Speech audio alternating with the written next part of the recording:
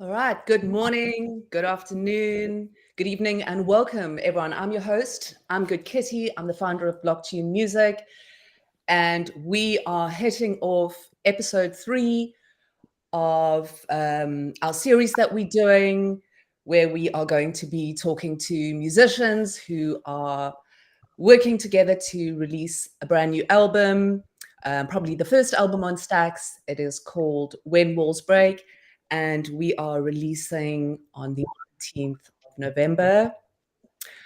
Two of the artists that we're going to feature today are Arno Carstens and Evert Snyman. They have both recorded 2 original tracks, or an original track each, for the album, along with 6 other musicians. We've got 8 in total. And each of the musicians have collaborated with 8 artists to produce artwork for the tracks. You're not going to find this music anywhere else but on Stax, on our brand new platform called Gated, which is being developed by Gary Ryder. And right now, you can head over to gated.so and you can listen to 30-second clips of each of the tracks to help you decide if you want to purchase the full album or if you want to purchase track by track. And there is a special little Easter egg for you if you do purchase the full album. And all I can say is that it's been created by our very special, very own artist, Reese Swanepoel. Okay, I just want to give a quick intro to what Stax is in case you are not familiar with it. It is a Bitcoin layer 2, and it adds scalability and smart contracts to Bitcoin. This enables creators to build on the world's most secure blockchain and hardest money. To get started, you're going to need to download a Leather wallet, and there's a link in the description below. And you're going to need to get some stacks, STX, to purchase the tracks. This is all powered by BlockTune Music, and here at BlockTune, we hope to, or we're building towards creating a future where artists have more control over their music while being able to connect directly with their fans. I also just want to thank Bitcoin Live TV before we kick off for making this series possible. Thank you to Nick, who is producing the show for us today behind the scenes. Okay, let us get into the show. I am super, super excited to be talking to Arno Carstens and Evert Snyman, both of whom, as I've said, are featured on When Walls Break. And please stick around until the end of the show, because we are going to be bringing you some live music. You are going to get the first listen to Mortals, Arno Carstens' track, and I Shouldn't Break by Evert Snyman. So very, very excited to bring this music to you. It's first for us here at BlockTune and for When Walls Break. So fingers crossed, everything goes according to plan. So I just want to introduce the musicians. Let's kick off with you, Arno. You are a solo artist.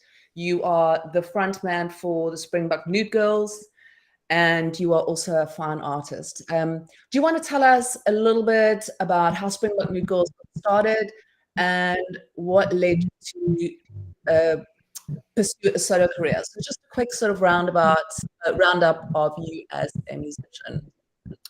Hi, yes, so I'm Arno Carstens, and I've been doing music for about 30 years or whatever, around there. So we started out in, Springbok Nude Girls started out in about 1993, 94, and it was at the same time as Nelson Mandela came out of jail, so there was what we called in South Africa Madiba magic. There was a great feeling all around the country, especially around the students of that time, which were us.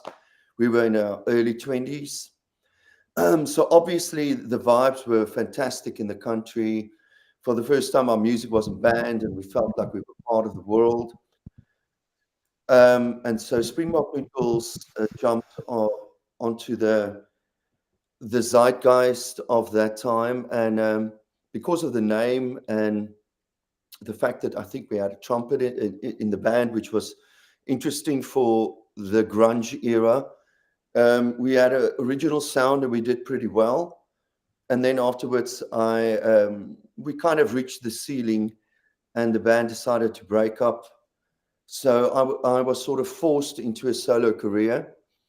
But it was an inevitable thing to happen because that's what happened in bands. So I did my solo career and it did pretty well because I went from the heavy rock vibe to the more acoustic singer-songwriter world. And also experimenting with all the things that I love, a little bit of electronica and all kind of different things. So that is my solo career. And then before I did music, I studied graphic art, but I didn't finish my studies. And in school, I was an avid kind of fine artist. My dream was to become a fine artist. So as the music kind of thing did its bit and the energy subsided, I kind of returned, as the wheel turns, I returned to the painting world. About 2 years before COVID, I went fully balls deep into painting. And then eventually that led to meeting Good Kitty, of course, into the world of the NFTs and the digital art world, which is where we are now. It's thanks to Good Kitty, I've been there quite early from the ordinals world and the NFT world, and it's been an incredible ride. The venture into this new technology of Web3.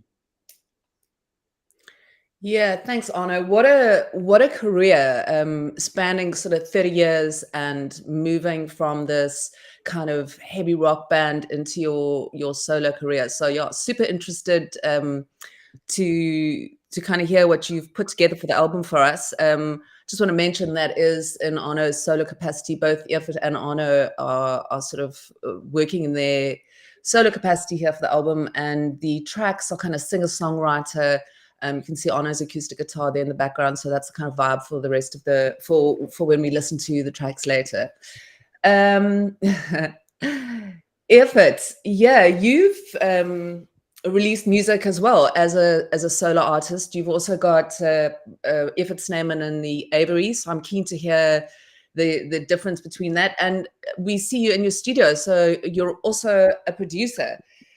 I suppose, so also kind of a career that spans a lot. Do you want to tell us a little bit about it, how you got into it, and did you always know you wanted to be a musician or producer, or where did you start first? So I think let's give a little intro to you as well. Okay, well, I grew up in a very musical family. Was always surrounded by music. My dad was a great piano player as well. I don't know, but like what happened with me, I think when I started doing music properly, I think it was around 14, went to go record a place and it just sounded terrible to me. It didn't sound to what I had envisaged in my head. So I thought, well, I can learn how to do this myself. So for about the past 20, 25 years, I've been recording myself and the bands I've been in. So it's always just been like a passion of mine. Like I love the producing side of stuff. Also love playing. I don't know, I kind of get bored doing one thing at a time. So it's a pretty good, let's say it's a pretty good job to have, because I need to meet a lot of people, or I get to meet a lot of people, and I get to meet a lot of amazing musicians and stuff. With solo stuff, I mean, I've always just been in bands, and then I end up playing everything on the recordings anyway. So then I think here by end of 2019, 2020, I thought, well, I'm just gonna do my own thing now. And the great thing for me, well, the one great thing for me is like I've always loved putting songs together, right? So for me, being able to play the instrument on a thing or doing that's always been my dream. And I mean, it's become part of my job. I do that a lot also for clients. My studio, Pariah Studios, will get like solo artists coming in and then they don't have a band. So I like doing that. I like writing my own music. I love playing in bands. And yeah, just generally, my career is, I think, a bit more, the last while, I've become a lot more known for the music that I record or the bands that I record than I think for my own music. But I mean, for each his own.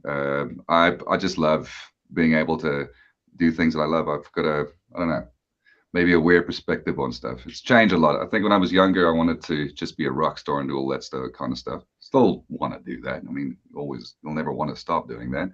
But I also just love the process of taking things apart and putting them together now with recordings and all that kind of stuff. Don't know if that that answers it. Yeah, no, what a story as well. I didn't know that you came from this kind of heavy music family as well, so that's interesting to hear. Do you find, I want to sort of talk with you both about sort of creative process, but I want to ask you, Evert, do you find that working with all these bands influences you as a songwriter or you as a musician who creates your own stuff? Or do you sort of have a very defined, okay, this is me as Evert Snyman and this is me as a producer? Or do they sort of, is there a crossover? I mean, like for instance, like with me, Evert Snyman, that's when I play everything. If I have the Avery with me, that's when my band also partly plays with it. But I mean, I think you never stop learning. And I think if you play with as many people as possible, I mean, I can't read music. So the only way that I can learn a new technique or learn a new chord or whatever, I mean, there's all these educational tools online where you can probably learn these things easier. But I prefer, I don't know, learning from watching people play and like, that's a pretty cool trick. Maybe I should try that. Like you never stop learning that. And I mean, and that's, you can probably apply that to everything in life. You never stop learning. And for me, it's just like a never ending quest of getting more techniques and more ways to write songs or to record songs. I mean, for me, it's very hard to separate well, I mean, it's very hard for me as well to listen to music, a lot of different music, because I'm always going to be thinking technically, how did they make it? How was it recorded? What is that kind of stuff? My head goes into a total tangent. But from a songwriter's point of view, I think if you feel it and it feels good, that's what matters. It shouldn't matter whether people like it or people don't like it. Do you like it? Does it sound good to you? Does it evoke emotion? I mean, music in general, if it's sincere, and for me, and it's about the human condition, there's no way not to. I mean, you can hear if something comes from the heart. You can hear if something is, people are motivated with emotion, that kind of stuff. That's what makes music good. Actually feeling it. Because I mean, you can be the best singer on earth, but if you have no personality or no conviction, it's just going to sound, I don't know, watered down. And at the same time, I'd much rather listen to a band that maybe isn't technically that good, but the music is good, than listen to a band that's really good, but the music is maybe not like my taste, because it's just going to emphasize how much I don't like the music that's written. I think that's the way I think about it. Yeah, you mentioned like a lot of nuggets there, I think, or a lot of good points, like the fact that you never stop learning. I think that's such an important thing in life, whether you are a musician or whatever you do in life, never stop learning. And I think, yeah, so you said something else as well. What did you say right at the end there? I felt like it was so, do you remember? Because it was another great comment. If you don't do what you love, yes, it's gonna suck. Yes, you got to do what you love. And that's the thing with musicians. Oh, that's what you're talking about, which I love, is like there's so many singers, because if you can imagine how many people in the world have got great voices, that there's so many of them, but not many of them succeed.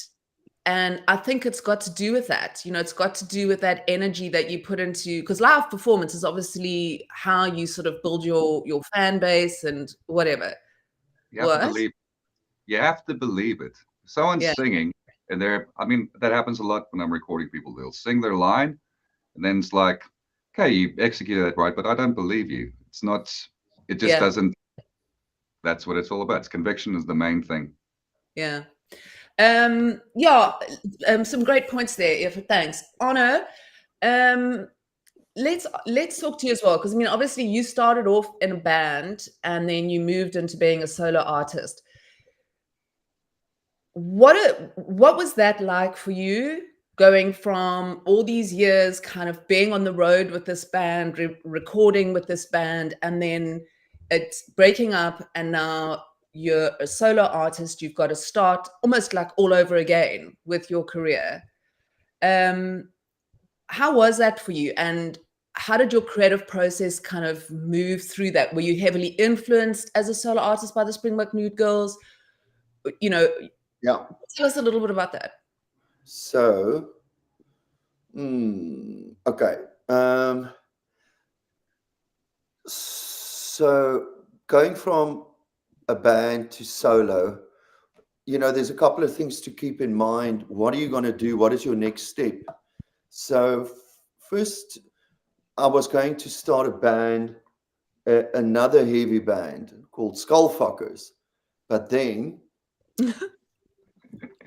my manager said, and I also said, like, I'm sick of screaming. I've been screaming for 7 years at people. So if I just I believe in my songwriting capabilities, and I knew it was inevitable, so I was prepared to put in the work to go solo. Of course, you instantly realize that there's more pressure on you and that you're carrying the whole thing. But it's the pros of it is now you've got more control, almost full control about the music, which is fantastic. But also you realize eventually that the cool parts about being in a band was because of it's 5 different people giving their input into songs like Giant Love Affair or these Springbok Nude songs. They're just so massive. The productions are incredibly big, well produced, and quite spectacular pieces of music. So in a way, when I'm solo, I've got albums that it's really good productions, but I do feel the grandiose of the Springbok Nude Girls lack maybe in my stuff. But so you compare, maybe you will be comparing your own career to your band's career, but it has to be different. Your solo career is obviously going to reflect more of your, like, I don't have enough patience to sit and write out colossal pieces of music. For me, what is important is the melody, the lyrics, and if it's a kick-ass song, then it must be obviously nice groove and nice effects and stuff. If it's a beautiful type of ballad, then it's got to have good lyrics and sung with conviction, like Evert says. So everything influences the other thing, but times change. Did you feel kind of, after leaving the band, did you feel exposed as a songwriter and a vocalist, because you kind of were surrounded by these musicians, and then it was very much, I mean, I've heard it said that kind of with the Nude Girls, you practically didn't write the lyrics down. You kind of went in together and you just sort of worked and these songs happened. Whereas as a solo artist, was there more focus in the songwriting? What was the difference between the creative process? Okay, so the Springbok Nude Girls, when we were young, obviously it's in Afrikaans they call it storm and drankjare. It's just kind of wild energy, and the 90s was quite aggressive as well. So we would like bubblegum on my boots. I wanted to when I came up with the line, I thought, this is like a no-brainer. That is like a brilliant chorus. The rest of the song, there was no lyrics. Same for Genie and a lot of that stuff. So when we recorded it, we used to do takes. You do a lot of takes, and then luckily on those takes, my lyrics were really good. It was a good take. So, and that stuck. I just checked out that there was a lady on here who asked if the Springbok Noodles, if the name came to me in a dream. Yes, it's true. This was, I think I was 22 or something, or 23. I'm not sure. But anyway, my girlfriend went to work. I think I woke up the morning still a bit drunk, and I was between sleeping and passed out. And while she was getting dressed, the guy on the radio was saying, and tomorrow night, the Springbok Noodles will be appearing live on. And I knew I was dreaming it up. So I quickly wrote down the name, and I kept it for the meeting later that day when I told them about my grand idea. Anyway. I just want to say hi to a couple of people that are in the room. Hello, Hattie. Super awesome to have you here. We've also got Peace Love Music. Peace Love Music is from Deorganized Media. They're also streaming this to their show. So super awesome to have you here, Peace. Thank you. Stu and the Welsh fam representing Welsh. Good to have you here. We've also got Art Matthews here. Art is also on the album. So how's it, Art? I'm so glad. Super cool. Yeah. Hey, Art. Jamie as well. He misses making cassette tapes. Just you guys, you brought out cassette tapes, Arno, when you first started with the Nude Girls, right? We brought out one. It was called The Missing Fling, and it was sort of it was kind of recordings from different shows. It's horrible, utterly horrible. But anyway, we did it. Yeah, so just wanted to say hi to Dietrich as well. Really cool to have you here. And I see who else did I see was in the audience? I saw a couple of people here that I wanted to say. Oh, Miss Gecko, you're here as well. So yeah, thanks guys for joining. Good to have you here. Okay, let's talk about career highlights. I mean, you guys have both been in the music industry for a very, very long time. Evert, I mean, you've worked with some very cool bands, so I'm sure there's a lot of highlights there. Yes, what was the band called that you used to be with just now? Just took a little bit. Pollinator? That was one of my bands. To say all the bands you've been in. I like Pollinator. It sounds fantastic. Is that a verb? Actually, well, that name of that band came from, it was me and my ex-girlfriend. We were watching a video about what the smell that grass makes after you cut it, and that's like a pheromone that it gives off, and it basically the grass is saying that it's in pain. And I thought, and it's yeah, and then we just thought like that the name stuck, so I just thought that'd be great. But that was a very fun band. We had 3 very different people. More of my stuff was the heavy stuff. Then Louise, our bass player, she did more of the 80s stuff, and then our drummer did more of like the jazzy kind of stuff. And we just kind of combined that together. It was a very, very, very weird band. And like the one album we made, I think it was like 17 tracks, and we fit it into 45 minutes. That was like the only prerequisite. Everything we did it on our own terms, very much, I think, as well. Very, very fun live show. Very fun band. But I mean, also it's like you also want to start doing your own things, and then if it's a democracy with 3 people and one person doesn't like it, then we don't play it, and then eventually everything just takes too long. Hence going solo and doing my own thing. But yeah. And also got a new band called Max Damage as well. I started with Max Scomberg, who mainly does the vocals and drums. I do the guitar. Then what else have we got? I kind of lose track of all the stuff that I do because let's say I've basically got my finger in every pie, for lack of a better term. But yeah. Cooking pies, that's what it's all about. Ongoing, Pardon? it's an ongoing machine. Yeah. Because I mean, Arno, like, sorry, Evert.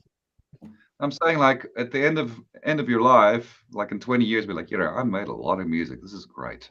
Then you can die. Yeah, that's what it's all about. Never stop creating. You said no. Love it. Arno, I'm sure over the course of the 30 years that you've been producing music, there's been some real highlights for you. Springbok Nude Girls, Arno Carstens solo. You've toured all over the world. You've won a number of awards. So I guess it's difficult to pick out what really stands out. But what is it for you? I can tell you. So basically, the best stuff is always the first time. The first time you hear your song on radio, then the first time you win an award for your music, that means you're on the right track in a way. And then it's always, because we were quite secluded in South Africa, the first time we played with an international band, like our first band was In Excess before Michael Hutchinson died. So that was a moment to remember and to reflect on. And of course, playing with Rolling Stones and U2, it's amazing when you play with other bands because you're behind the scenes and you're a fly in the wall and you can see what's happening. And if you meet enough of these people, you realize that the more successful they are, the nicer they are, actually, because they're probably so grateful. And then also, for instance, I also feel like I'm definitely on the other side of midnight when it comes to my career. So about 2 years ago or something, the Springbok Nude Girls, we got back together again and we've made 2 albums again. And the last album we won another award, SAMA award for. And that felt really good because we weren't expecting any more of stuff like that, because I heard Robert Smith say in an interview the other day that even if The Cure brings out the best album right now, people will always want their old stuff because that is what their history is about, their relationship with the music. So it was a nice feeling to, at such a late stage in our career, to win another little award. So it means we might actually be getting better. We might lose something with age, maybe the wild ignorant energy kind of thing that creates quite wild stuff. But the older you get, the better you get at production. I think you sometimes actually you actually sing better as well, until a certain age when it really goes down. But yes, that's what I've got to say. Guys, it's interesting because, you've both done, you've performed and collaborated with so many artists. And now you're collaborating with each other. Yay! You're working on a project together. Do you want to tell me about it? I mean, I've heard a couple of the tracks. It seems to be a very different sound for you, Arno. I don't know if it's, because I know Arno sort of went from the heavier stuff with the Nude Girls to his more sort of chilled out solo stuff. So he's kind of moving back into you've brought this the old Arno back in a way. Tell me a little bit about it. Okay, well, what I can tell you is, when I was think about 14 or 15, right? First time I saw a proper live band, it was Springbok New Girls, and I was like, "Fuck, this is sorry, swearing. This is awesome. I wanna do this, you know." So it's kind of like a full circle thing for me. But on the other side as well is like, I always loved all of that heavy stuff and seeing that heavy stuff live. So I was like, "Oh, I want to make some heavy stuff with Arno. This will be awesome." Because I just knew that it would sound great and it would be. I mean, I didn't know what to expect. The thing that's great is we work very well together, and it's kind of very much a stream of consciousness kind of thing. So, I mean, I make all the music before he gets here and before we start recording, and then he just on the. It's like I don't know how the hell he does it. It just comes out of him. It just works very well. I'm very excited about the tunes. It's very different to what I'm actually doing at the moment, which is quite ironic. Like all my new stuff that I'm bringing out now, I think next year is going to be a lot more singer-songwriter, mellower stuff. And I've been moving more in that direction. And then when this project came along, it was like, oh, I want to make some heavy stuff. You can never get rid of the heavy stuff, you know. But also just seeing where it'll go, you know. I must How do say, those lyrics just burst out of you, Arno? Don't you write anything Okay. down before? Do you just listen to the music and then? yeah. So I listen to what he's done, and obviously there's a melody, and also the melody will tell you what the movie is about. You can hear if it's ominous or it's spring or the sun is coming up or the sun's going down. It instantly tells you a story, and then out of that story, you pick up some words, and then it's a flow of consciousness. You mumble stuff. I'm very fluent because I was a Springbok drinker as well. I'm very fluent in slur. So then you mumble shit, and then you start out of the mumbles, you start writing the words, and eventually it becomes something. But what was interesting was on this project working with Evert is Evert sent me most of the songs, but most musicians, because we are mathematically inclined, each song is a mathematical equation, and it normally consists out of intro, verse, chorus, middle eight, or solo, middle eight, chorus. But with Evert, he doesn't understand the mathematics of normality. So I tried to write, I was humming different things in my head over the phone, but I could never stick because I couldn't find out where's the song, because it's all over the place. So I said to him, man, I'm just going to come to your house. Let's just give it a go. Let's just really just give it a go. And basically I flew up to Joburg. We got together and we did about 8 songs in that one day and 2 more on the next day. And it's the freshest sounding stuff. Rock for me these days are very difficult. I've always been an alternative rock guy. I'm not so big into the big cock rock thing, but this is definitely the freshest, some of the freshest stuff that I've been involved with, and that is going to be out there for a little bit. It's really fun. Short songs, super full impact. Every song should be released as a single because it's a little bit overpowering, but it's like extreme sport type of music. Yeah, it's quite a barrage on your psyche. Like even like when I have listened to it, it's quite intense stuff. But I think Yeah. as well, in the beginning it was like a couple of songs, and then after we recorded the first time, then I made a couple more, and then you start picking up the vibe and going from there, you know. But the cool thing is, I never know how the hell it's going to come out, and that's kind of exciting for me. Not knowing Yes. how it's going to come out, because that's the whole thing. Because you were saying like my understanding of the normal song formula. Like I like this normal song formula. I mean, I grew up with that stuff, but I just love it when things happen that you don't expect. It just Well, makes it more exciting.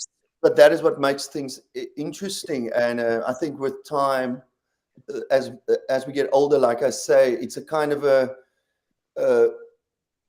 youthful ignorant bliss of energy, because you just do wild stuff, you know.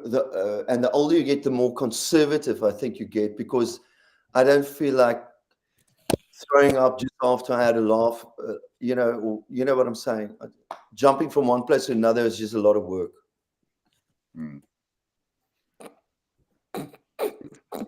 Oh God, you do. Yeah, I've heard, like I said, some of the tracks, and I must say I can listen to maybe half or a whole one at a time. But yeah, it's they're cool, man. I'm excited for you guys to release it. You're going to be touring together a little bit later this year, so exciting for both of you. Yeah, so let's move on to some harder topics, and really why we are trying to work towards creating this new music economy in a way. Before we do that, though, sorry, I meant to say hi to Llewellyn. Llewellyn posted the most beautiful story in the comments about when his daughter was born, and a few hours after her birth, she was laying on his chest, and they were playing Chip Still by Arno. And they're back in the US, and now when his daughter is restless, the only thing that soothes her is Chip Still.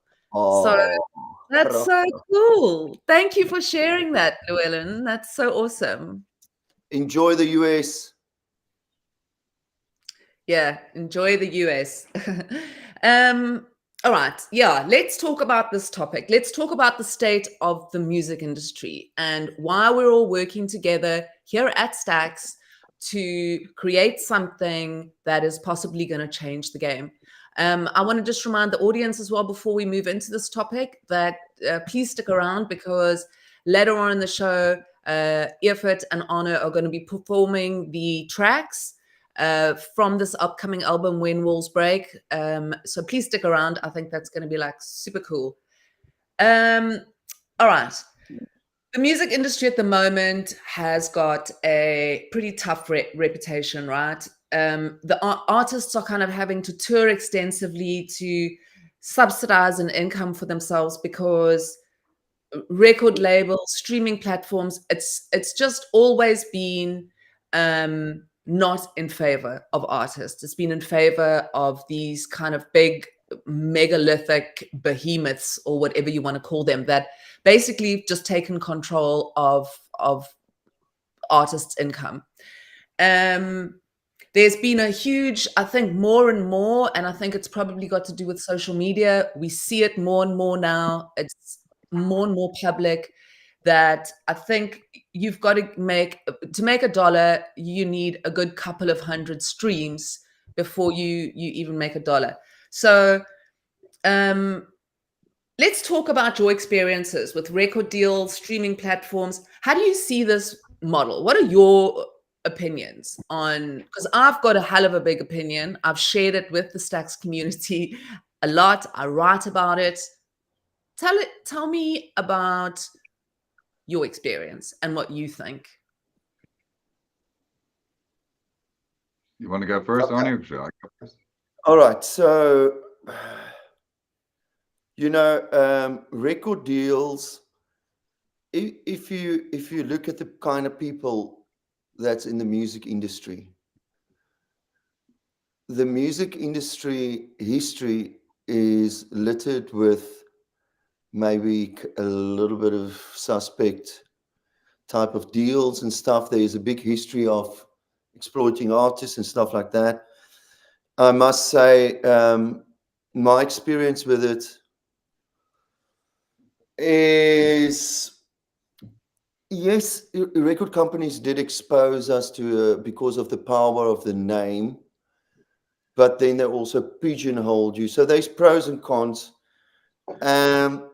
But what I'm trying to say is that we made stupid deals sometimes and we made these deals because everybody was doing it. And only afterwards you realize, oh, that is crap. A lot of artists got nailed like that. Today is a different world. Basically, it angers me, the fact that we create something. I pay 120,000 Rand to create an album, and then you'll make 300 Rand back. I don't know what this is in pounds and dollars. It's like a million streams is $18,000, which is ridiculous money. It's stupid. So the formula of streaming, of being paid 0.02% or something for work that you did, and then the record company taking 50% of that, is ridiculous. And that there's not a lawyer out there that hasn't taken this whole thing to court. I mean, obviously there's some red tape, so most lawyers must know that it's an unwinnable situation, but it's a crazy, I know the world is crazy, but I think music was the first one to fall. And now the movie industry and the TV industry is the next to fall. Because at the end of the day, you don't really have to pay to stream all the latest music, latest movies for free. If you really want to, you can do that. So the new digital world has turned musicians into glorified stamp collectors, and is slowly but surely killing the band format. And now you just have a whole lot of solo artists in the world, because it's too expensive to have a band, because it doesn't make sense anymore to travel with them, because everything is so expensive. There's a lot of crazy stuff. So therefore, I am especially, I see a little light at the end of the tunnel for us artists in Web3, in putting music videos onto NFTs, because NFTs has got more worth than music. So I've done it before. We've done it before. I've done it with Good Kitty. I put out an album, then I recorded the album, a live version of the album, and we shot it. It got shot by 4 or 5 cameras on green screen. I took the footage afterwards. I edited it down. I had the song mixed, and then I sell the video on an NFT, and then I sell 100 of the songs. So the original songs is still out on the streaming world, where it makes no money, but it's cool because it's for free. And then the NFTs brought in enough money to actually record another song. So the light is for real. And then also, as much as the pros and cons of the digitalization of the world goes, the fact is, paintings, I can make extra money now from NFTs and stuff, where before this I could only make money from the painting and the prints. Now I can sell the NFTs. So for as much as it's taken away, there's a window being opened on this format, and therefore this is a road to go down. Yeah, look, it's a tough one, because like you were saying, I mean, with streams, it's 0.00032 cents per stream that an artist earns. And we're talking about an industry that, by the year 2030 is going to be worth $2-3 trillion. This is a huge amount of money if you take the touring, if you take the streaming, and all together. So when you look at things like ticketing, this could be done where money could go directly to the artist. Selling your music on platforms like Gated, where the income goes directly to the artist, there's a lot of opportunity there to rectify what is wrong with this industry. And I think it's one of the only industries in the world where, you know, musicians are making, you know, 8% of the pie, and they're creating the product, you know. Yes, What 100%. do you, what do you think, Evert? Have you got anything to add to this horror show? It's just making me want to smoke more cigarettes because I get more angry about it. But I mean, if you think about it, the way that I always, and I probably still consume music to this day, except if I can't get a hard copy of something, I still haven't like having the hard copy. And I mean, back in the day, the only way that you could listen to that band or that artist was going and buying their CD, and then you would have it and be able to listen to it. Now it's everywhere, and the value has gone down. Once everything is available everywhere, it's not that special anymore. I mean, think about the Mona Lisa. Why is it so amazing? Because that you can have a copy of it everywhere, but there's only one Mona Lisa. That's what makes it all. And And like the value, the digital yeah, thing then makes it worth so much more. that's what, yeah, that's why I'm saying, look, this ties into the NFT thing. It's like it's something that's there, and it's not everyone has it. It's like something that's special. It makes it special again, and it kind of Yeah. gives the power a bit more back to the artist making the stuff. Because I Mm. mean, the way I think of making music, I make it because I love it. I've never expected anything from music. I mean, that's why I run a studio. That's how I sustain myself, is by recording people and running a studio and doing that kind of jazz. And I also love doing that.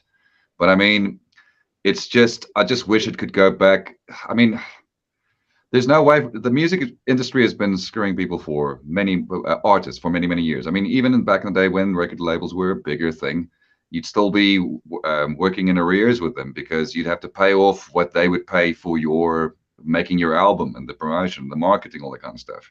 I mean, that's why I record myself. I've been recording myself for 16 years, because I just cut out the middleman there completely. But the thing is, it looks good to be on a label. It does look good. But the thing is, in Yeah. your label, yeah, to be doing something for you. And I promise you, people just want to hit the marks. If you think of how television is also starting to go down, it's like everything has to fit a certain, it has to tick a couple of boxes everywhere. And that's when art ceases to become art for me. Like if something comes out and you like it and you don't know why you like it, and it's something that's different, that's what makes it awesome. And I mean, we don't really have that anymore. Everything's like cookie cutter. I don't know. Look, I Yes. must say, because I'm a music nerd, I'm living in heaven, right? Because music is for free, and because I was a young boy and a music lover in the 80s. I used to sit and record songs on my tape deck from the radio. So I still do it now. Every 2 weeks I make a playlist. I have to search really hard for good music, but I get it. There's a lot of good stuff out there. You just got to look for it.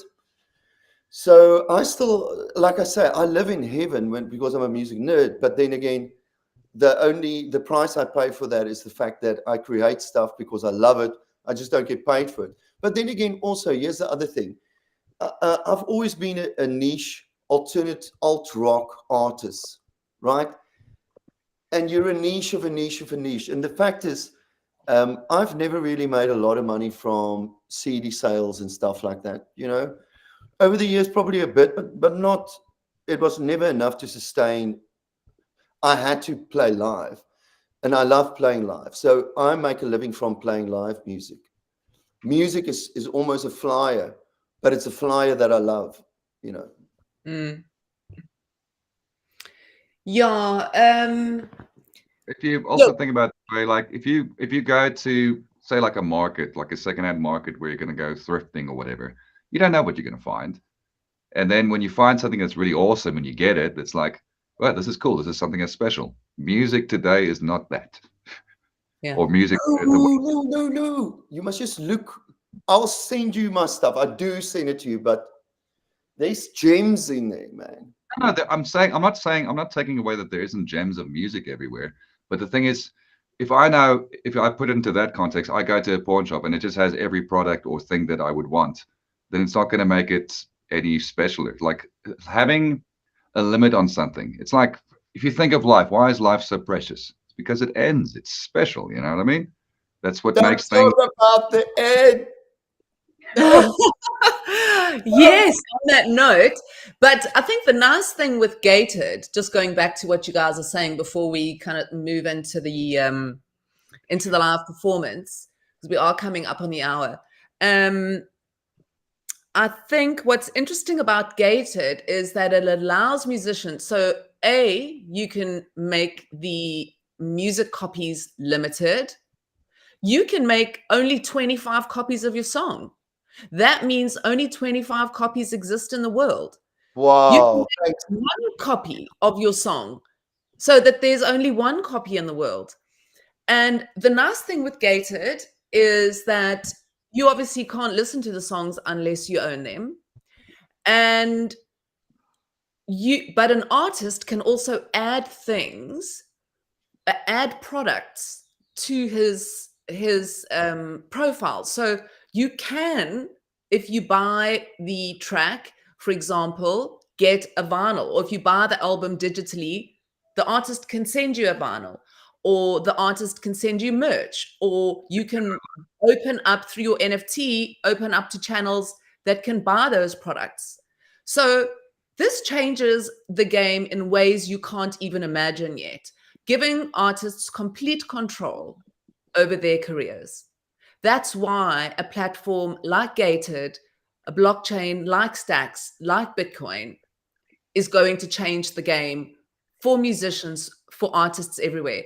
So it is very, very exciting. And I'm really thrilled to have the musicians that we have got on board. I just want to say, I saw Reese Swanepoel is here. Hi, Reese. As I mentioned earlier, if you buy the full album, because on Gated, you can either choose to buy singles, so you can buy 3 singles if you only want. There's 8 on the album. But if you press buy album, you also receive a very, very special artwork by our very own Reese Swanepoel. So you're only going to get that artwork and see the full artwork because it's partially blurred out on the album cover if you buy the full album. So very exciting. Peace, just another hello to you. Thank you very much. I am so focused on building solutions. So yes, indeed.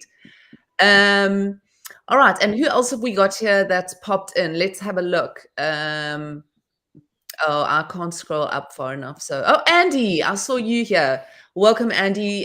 Thanks so much for joining us. So yeah, pop some comments in the chat, because I'm going to try and give everybody a shout out as we go. And it also makes the artists know that you are here and you are listening. So any questions, pop them in there. So yeah, I think we've covered really how we think blockchain can change, right? We understand the importance of it, and we understand that it's giving you control back after these years and years and years and decades. I mean, the first record label, 108 years ago, Columbia, is still one of the biggest record labels in the world. I mean, they control it, you know, along with Sony. So anyway. I'm all for other people's success. And we must just watch out that musicians don't sound like victims constantly. No, that's my job to be moan and moan. Solving the problem. So yes, it sucks, but that's why we're here, to make it awesome. Yes, exactly. Exactly. That's why I want to move on to some positivity now that I've got you. Yeah, now that I've got you to complain, let's go. Let's go. Okay, I am super, super excited because we're going to end off the show with some performances. But we're going to start with you, Evert, if that's okay. Your track is called I Shouldn't Break. Do you want to tell us a little bit about it? What inspired it before you play it? Let's get a little bit of behind the scenes info on what that song's about and anything else you want to mention. It's a love song for my wife, basically. Oh, how beautiful! I wrote it before we started dating. or we had just started dating, and I was still in the mode of like, is this going to be nice or is this going to be bad? And then it just kept being really great and nice, and yeah, that's where it came from. The me not brag, like I shouldn't brag for a while. It's like I said, I should be satisfied for a while, but I'm still. I mean, we're 4 years in now, and I'm still quite satisfied. So that's basically what it's about. Most of the stuff I write, I would just write. I try to write what I know, and I try to write what's happening in my life. So that's the long. Okay, let me grab my gather. Here we go. I want to see some applause from in the comments. Please, hands together. Let's give them an applause. Woohoo! Okay, here we go.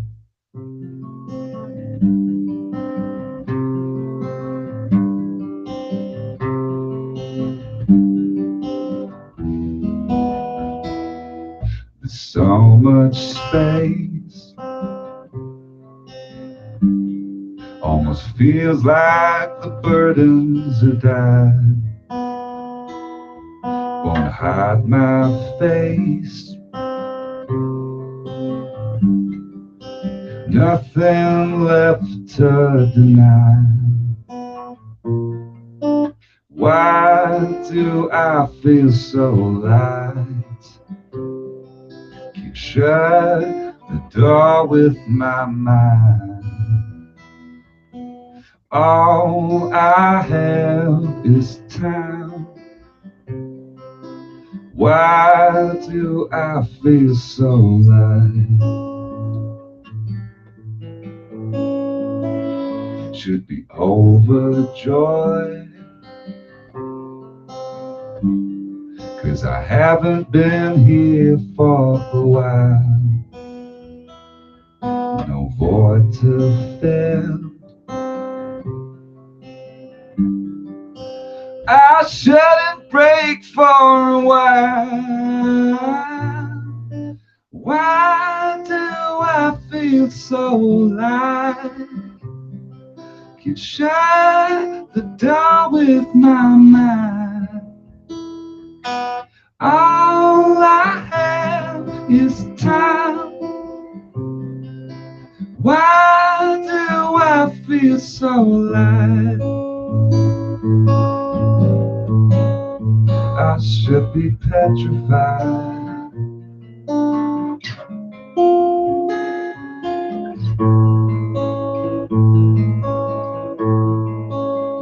I better ride this high.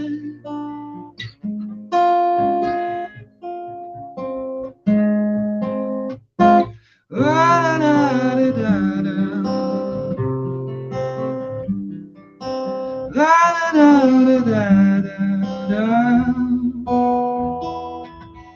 La, da.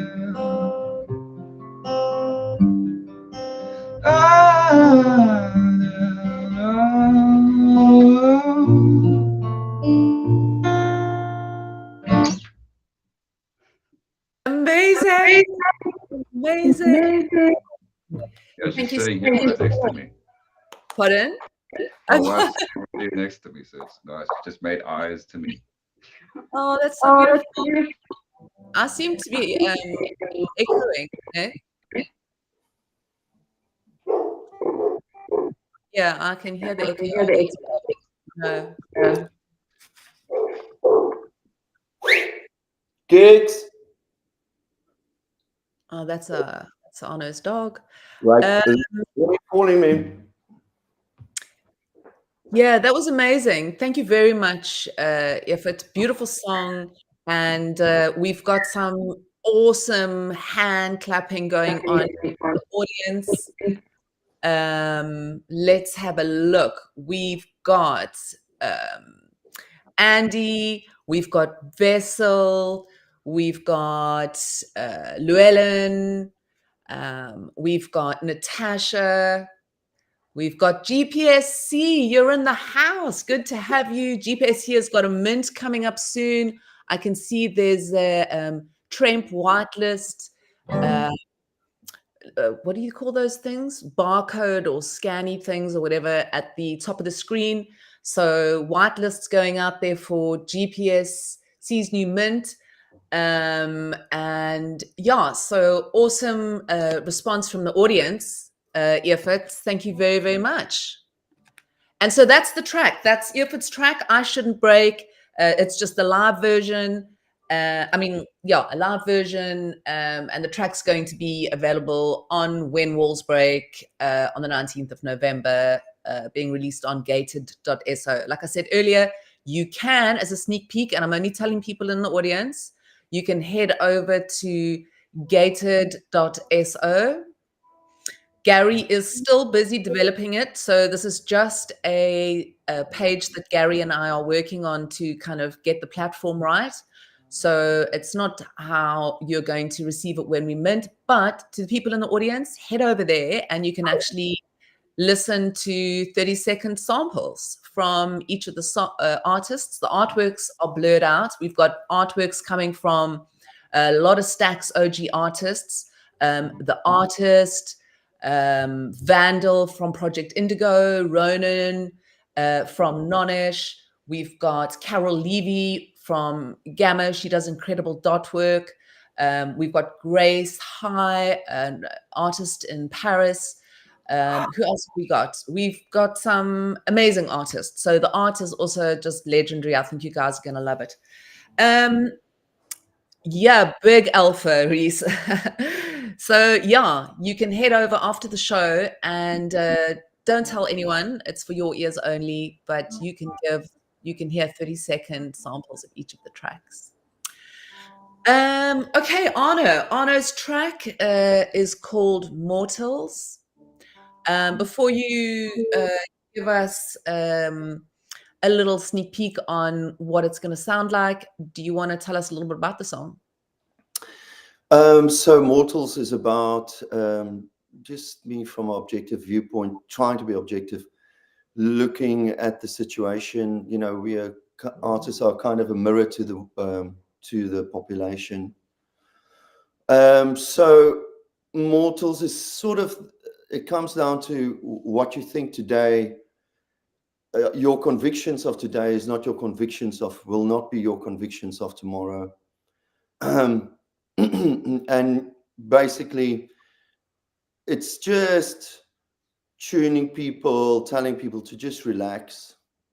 Everything's fine. Relax, don't fight. Just chill out. Can I do it? Yeah, go for it. Come on.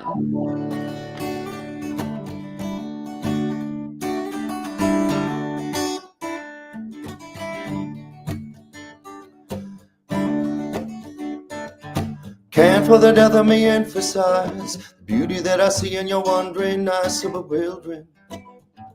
It's you who punched the holes in the roof that night, who stayed up till they arrived alive, expecting the worst. Flow like water when the flames are on the loose. Baba weave, take it on the cheek, nobody leave. Firefighters smoldering in the heat. Mortals we will never leave. That's why we seldom return to the moon. They had to separate the crazies from the rest of the neighborhood. We are teenagers, wildest beasts, as we feast on ourselves cause we can't beat misery. Mortals, ooh, alright, oh, stand down, don't fight. Alright, oh, mortals, yeah, stand down, relax, that's right.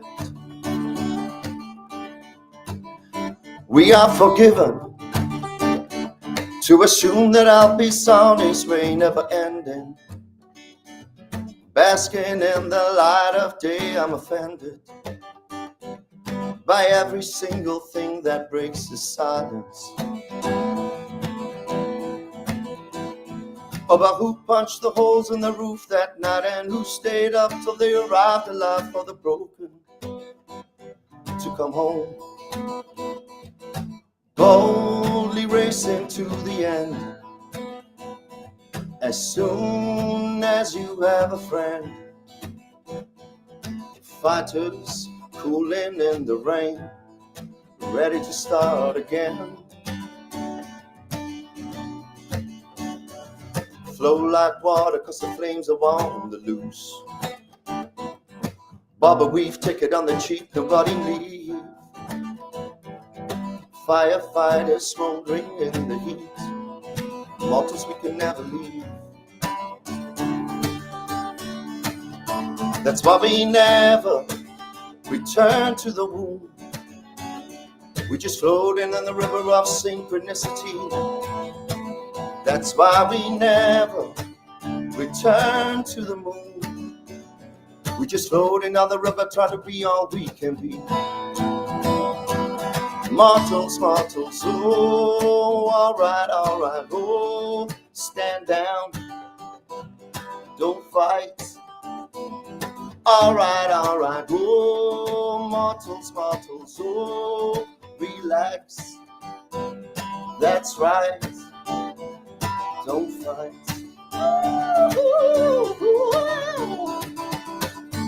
Na, na, na, na, na.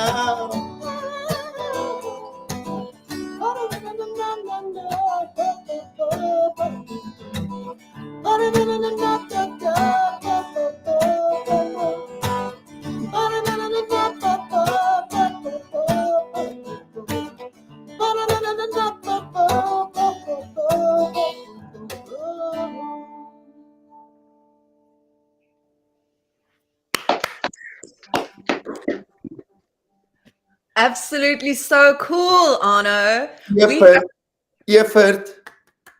you want me to do that? Huh? That's how you clap. You see, he's never on the other side of the clapping. That's how you clap. I'm clapping. Oh my God, guys. That was so cool. I wish we could get some more. I just want to say hey to Gary. Gary is in the house. Now, Gary is building our platform, gated.so. Like I said, you could head over there for a sneak peek at the music. Don't tell anybody else. Hi to Radioactive. Good to see you here. Who else is here that I've missed? Natasha. Oh, I've said hi to you just now. So absolute cost of everything. Ace, you're in the house.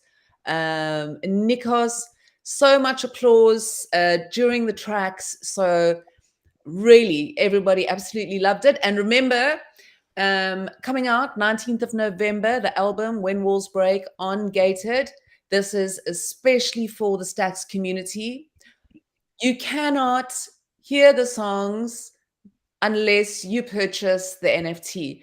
We haven't decided yet how many tracks we are going to release, but it could 1 be million. 2 million, please. Just 2 million. I want it to be special.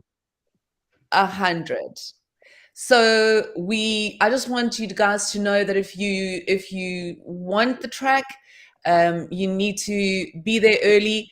Remember as well that if you there's a button that says buy album. If you buy the full album, you receive a copy of the actual album artwork that has been created by Reese Swanepoel. It is a beautiful piece of work, and I'm sure you want to earn that in your collection. So press the buy album button. If you don't want to do that, you can also buy track by track. So it's entirely up to you. Hi, the album, Natasha. pardon? I'm saying hi, Natasha. There's a lady that said hello. Sorry. Yeah. Sorry to No, it's fine. You can say hi to anybody in the audience. Attie van Wyk. My jene. No, Attie isn't here. Alta van Wyk. Sorry, guys. Arno's glasses don't work properly, clearly. Yeah, man, come on. I wish we could get, we need to make these shows a little bit longer and have a little bit more music going, because it's really nice to hear you guys sing. But yeah, this is specifically about these two tracks, Mortals by Arno Carstens and I Shouldn't Break by Evert Snyman. I would just like to add to this that me and Evert's project coming out, supposed to be October, November. I don't know when it's coming out, but soon we are definitely also going to jump into the NFT vibes to launch our new project as well. Awesome. Awesome. You guys are coming in hard.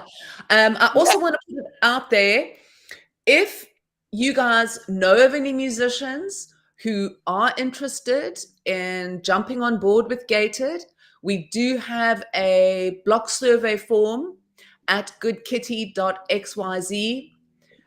Click on BlockTune. You will see a submit your music button. We are welcoming new musicians with open arms, because we want to give everybody, this is free for everybody. There's no record label saying you can't. This is now for you to come into, and we're going to build it together. And we're starting with When Walls Break, because that's what we're doing. We're breaking down the walls. So yeah, those are the artists that are on the screen now. Thank you, Nick. Josie Field, there's Evert, there's Arno. We've got Khan Murby. We've got Laurie Levine, Jacques Mulman, Art Matthews, who's in the house, and Zander, who is doing it with his band, Gazelle. So, Nick, if you want to scroll down for the Stacks community, they'll recognize a lot of these artists. We've got Ronan, we've got Chemical X, we've got Carol Levy, Nartan Faree, he's actually got an artwork up for auction now on Gamma. We've also got Grace High. We've got the artist from The Guests, Teflon Musk, one of my favorite people in the NFT space, and then John from Project Indigo. So those are all the artists who've worked with the musicians.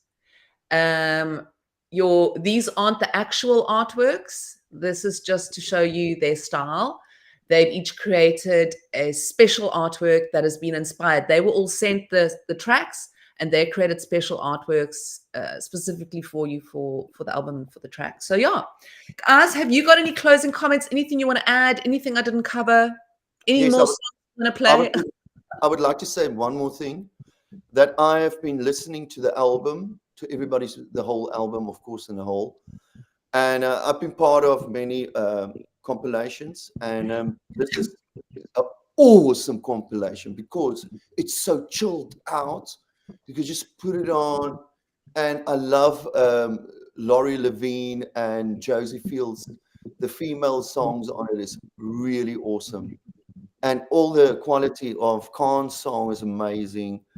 Zander's weird and amazing, and whatever. But the fact is, it's a flippin' awesome album, and I'm really happy to be, like I'm sure all the other artists are, to be on the first of this. Hopefully, something that will continue into the future of bringing in new artists to this kind of thought process. I just want to say thank you. I'm really grateful to be part of this.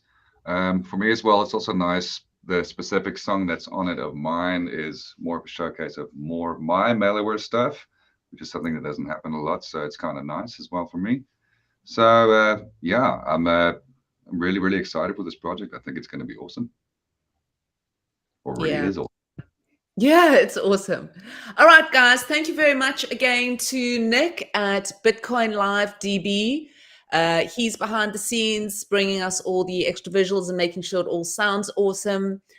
So please give them a follow on Twitter as well. We've got shows every week, so please join us every Saturday at the same time. We're streaming from YouTube. We're also streaming onto Twitter, onto Facebook. So keep an eye out for the rest of the shows. We've got Art Matthews coming up. We've got Khan Mubi coming up. We've got Josie Field, Laurie Levine, Zander, Jacques Mulman. So a bunch of really awesome shows for you to listen to. They'll all be performing live. And then on the 19th of November, we'll see you live on Twitter for the Mint. So follow myself as well, Good Kitty. So it's at This Kitty Is Good on Twitter. We got all the info coming out there. And yeah, just super awesome to have you both here. Thank you, Arno. Thank you, Evert. Thank you. Yeah, it's a pleasure. See you around soon. And thank you very much to everybody who joined. Thank you to everybody. Cheers. Yeah. Bye.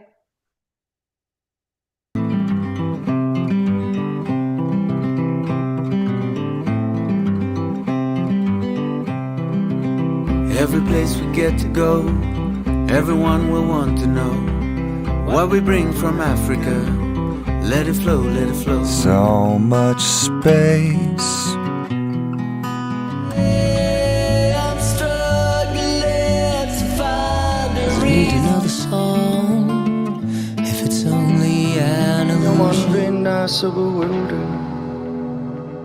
It's you. You make it alright. Song that you're